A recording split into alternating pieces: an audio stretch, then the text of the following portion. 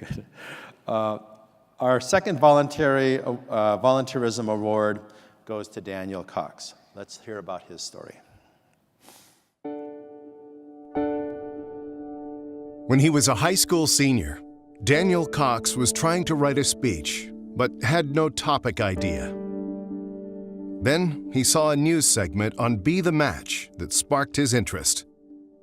Little did he know, but this assignment would change his life.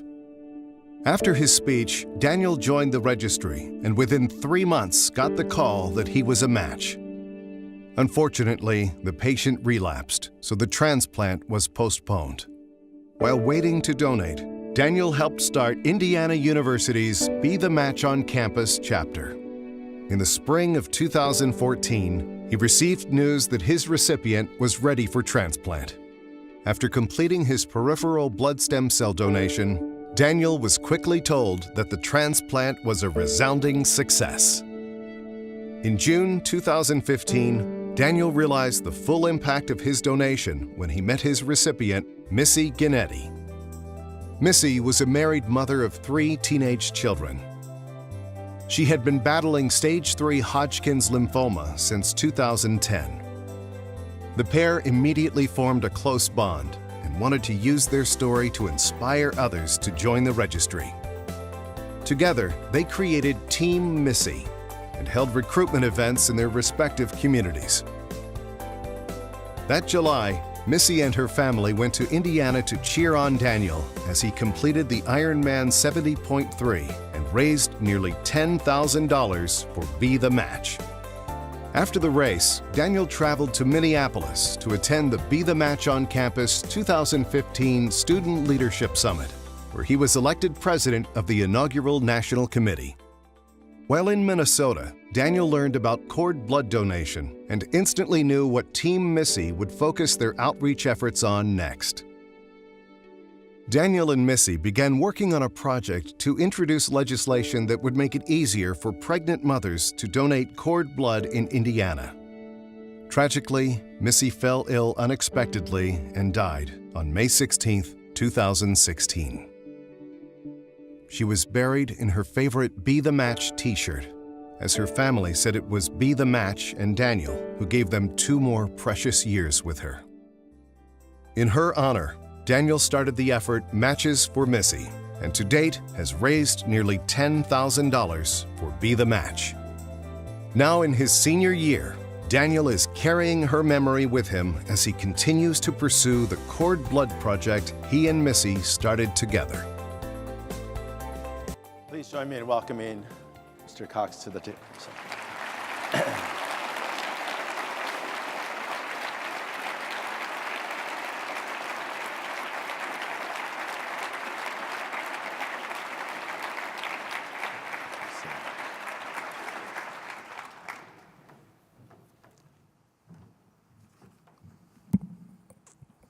Good morning. I want to preface this by saying there are twice as many people in this room that there are in my hometown, so go ahead and bear with me. I have everything written down, but if I get lost, just hang in there.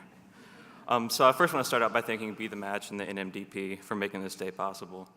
I really am truly humbled and honored to receive this award from such an amazing organization. However, none of my accomplishments, of course, would have been possible without my team. I'd like to take a moment to recognize these people. First, I want to thank my parents, Larry and Carol Kotz, are sitting right over here. They supported me through all my endeavors with Be the Match, so thank you guys.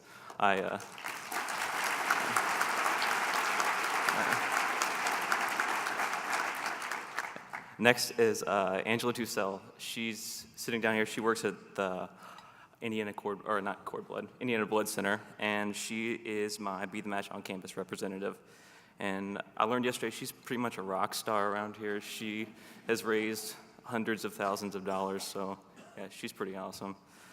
Then we have Elizabeth Jordan Truby. She is the National Collegiate Programs Manager for Be the Match, and she served as a huge mentor to me over the last 2 years and really helped foster my involvement with the organization.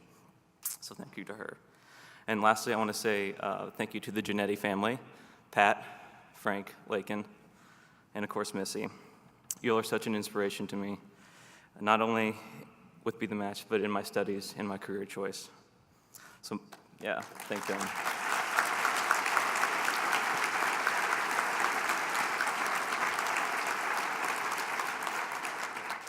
My life and the way I see it has changed because of what you all have and continue to mean to me. So thank you guys.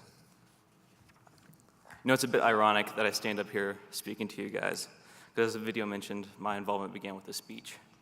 So back in 2012, I was required to write a persuasive speech for a class in high school. And if I remember right, around that time I was kind of under the weather.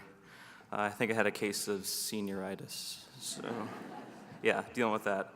So that illness really hindered me from even being able to think about that speech until about 2 days before it was due. So looking for some inspiration, I flipped on the TV and saw a special about Robin Roberts from Good Morning America. So as you can tell from my insistent procrastination, I kind of like to challenge myself. So I decided to test my abilities even further and attempted to persuade my classmates to join a cause that I really knew nothing about. So I began researching Be The Match, and I learned how incredible it really is. And 2 days later, I gave that speech. Not only received an A, but convinced myself to join the registry. You know, I never thought I'd actually be selected. I believed I was just tossing my name onto some list, never to hear from the organization again. I could have never predicted that Be The Match would bring Missy to me. And through Be The Match, Missy would have a second chance of life. And to our community, it would bring hope. This goes to show that the work we do here goes far beyond the halls of hospitals. Oops, I told you. So now it's my privilege to introduce Missy's husband, Pat, and he's going to speak a little bit about Be The Match for his side.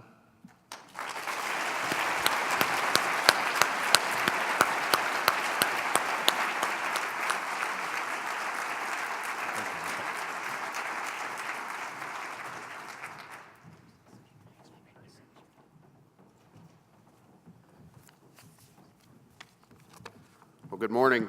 Hopefully I can get through this okay. Bear with me. So here we are today on Veterans Day, a day to recognize heroes.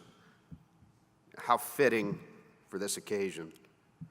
I'm honored for your gracious presence as we celebrate and remember those people responsible for this journey. There's so many things about Missy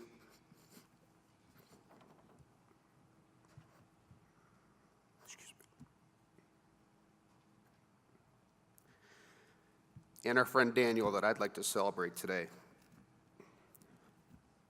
Missy was one of the most honest, courageous, strong, and complex individuals I'd ever met. She understood so deeply the complexities of life. And though she experienced some significant adversity, she lived every day to the fullest, and even with a pretty good sense of humor through it all. She raised her children to acknowledge the beauty that exists in this rich tapestry of our existence. Our journey began in 2010 when Missy was diagnosed with stage 3 Hodgkin's lymphoma.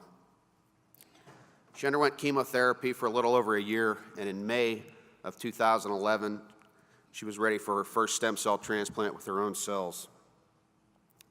The transplant was successful, and she was in remission.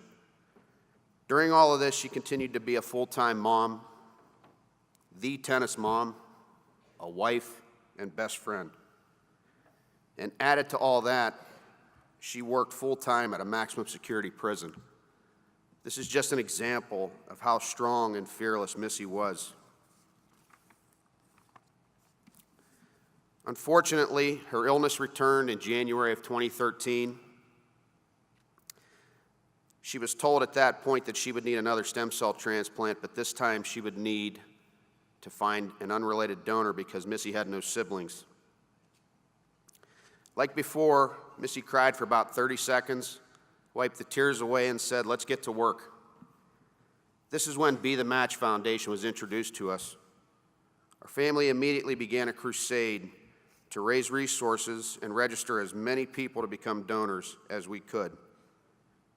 Missy was then contacted in October of 2013 that a perfect match had been found. Unknown at the time, Daniel Cox was that perfect match.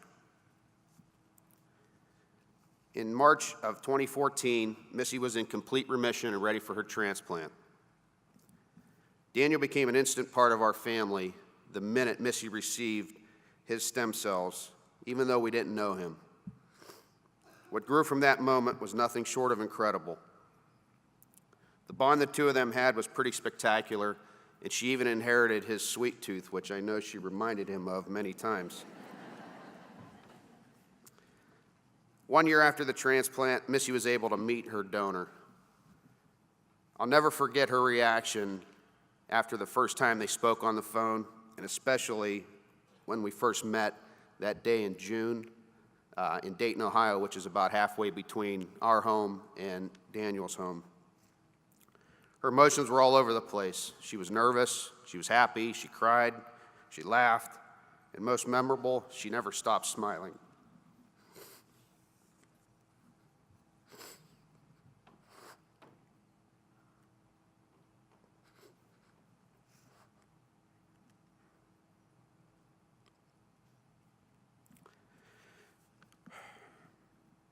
I'm also not used to speaking in front of 1,200 people myself.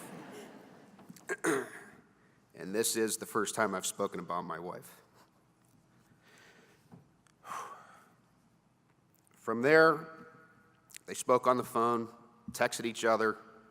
She followed his activities on Facebook, and our families became one.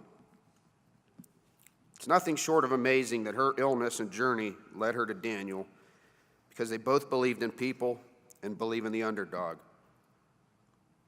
That the better angels in all of us should prevail and will if we stand up for them. The most terrifying fact about the universe is not that it is hostile, but that it is indifferent. However vast the darkness, we must supply our own light. Daniel's gracious act of courage helped Missy generate enough light to beat her battle with cancer and accumulate 2 more years of memories.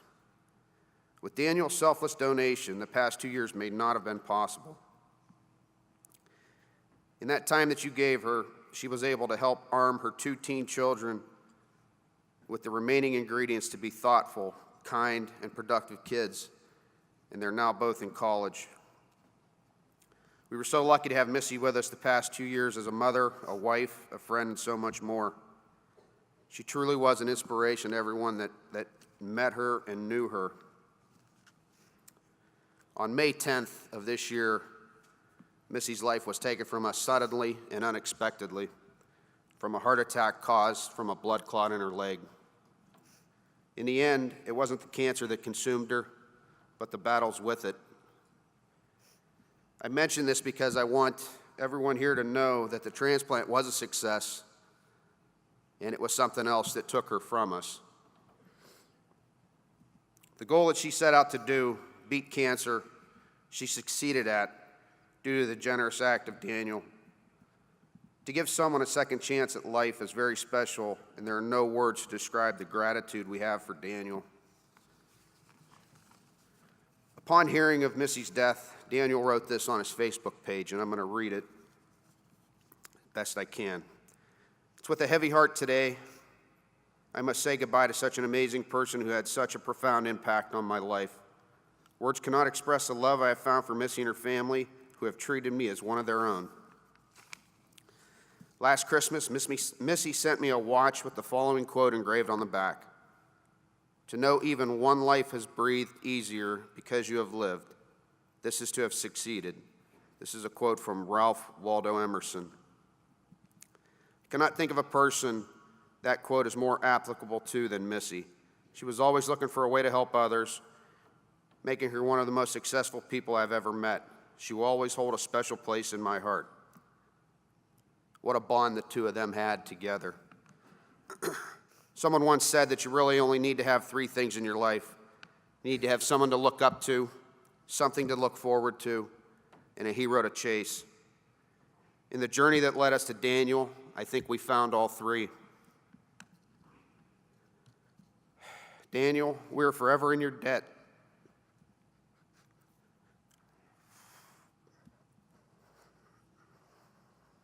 For your act of selfless courage. And I look forward to watching you continue to bless the world with the very graciousness that we always need more of. I hope this story has inspired many of you to continue doing what you do and possibly encourage some of you to become potential donors for someone in need. I want to say a big thank you also to the amazing people at the Cleveland Clinic, especially Christine Ferraro, Dr. Lou, the apheresis team, and everyone else that treated my wife for the 6.5 years that we were there. What an amazing experience that came out of something so bad. On behalf of myself, Frank, and Lakin, who are behind me, I want to congratulate Daniel and thank all of you.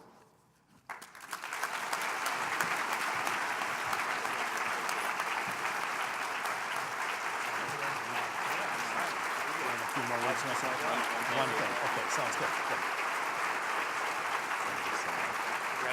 Thank you, thank you.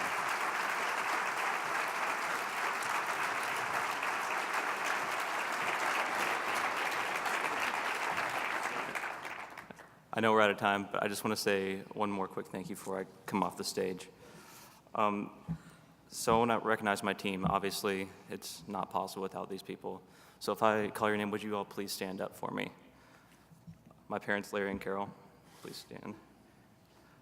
Missy's family, Pat, Frank, Lakin. My girlfriend, Amelia, who's sitting over there. Angela Tussell.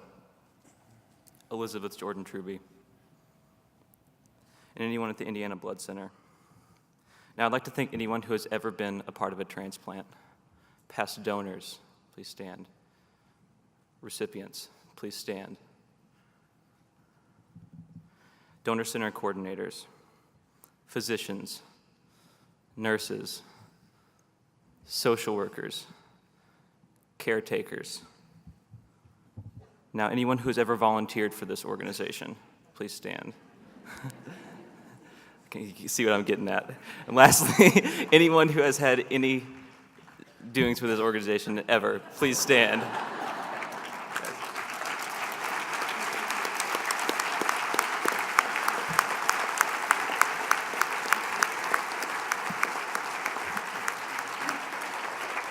You guys are my team, so keep up the good work. Thank you. Thanks again, Daniel. No problem. Let me get the award here.